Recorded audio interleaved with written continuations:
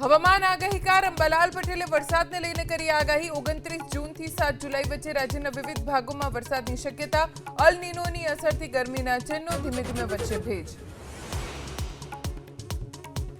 રાજકોટ મનપામાં ભ્રષ્ટાચારની ખુદ ભાજપના નેતાએ જ ખોલી પોલ ડિમોલિશન ચા પાણી નાસ્તાના બિલને લઈ મોટો ઘટસ્ફોટ ખોટા બિલ રજૂ કરી રોકડી કર્યાનો અધિકારીઓ પર આરોપ બિલ બનાવી આ વાકાણીએ ખોટું જ બનાવ્યું છે. આ તો પૈસા કમાવાની વાત છે. પાણીના 10-12 લાખના બિલ મૂક્યા હું સમજે.